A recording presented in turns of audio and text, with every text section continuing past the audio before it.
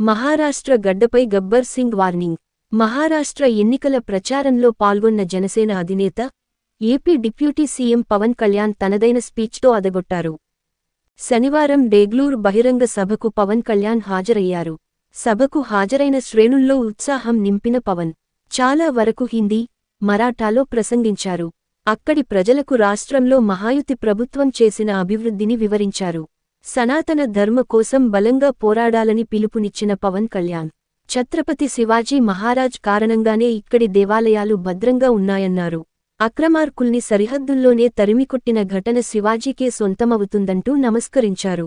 ఛత్రపతి శివాజీ మహారాజ్ నడిచిన నేలపై తాము ఎవరికీ భయపడేది లేదని, సినిమాల్లో పోరాటాలు చేయడం, గొడవ పెట్టడం చాలా ఈజీ అని, నిజ జీవితంలో ధర్మం కోసం కొట్లాడటం, నిలబడటం చాలా కష్టమని తెలిపారు.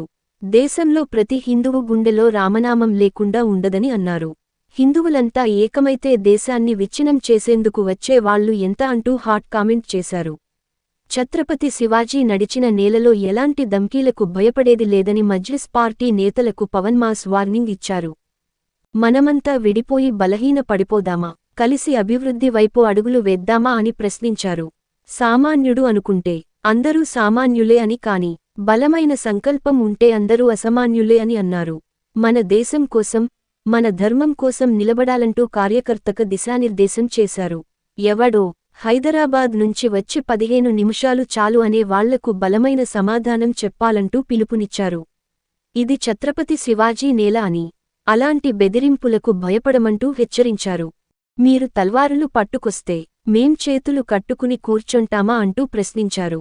ఓసారి మత ప్రాతిపాదికన ఈ దేశం విడిపోయిందని గుర్తు చేసిన పవన్ కళ్యాణ్, మేం చేతకాని వాళ్లం కాదు అని హెచ్చరించారు.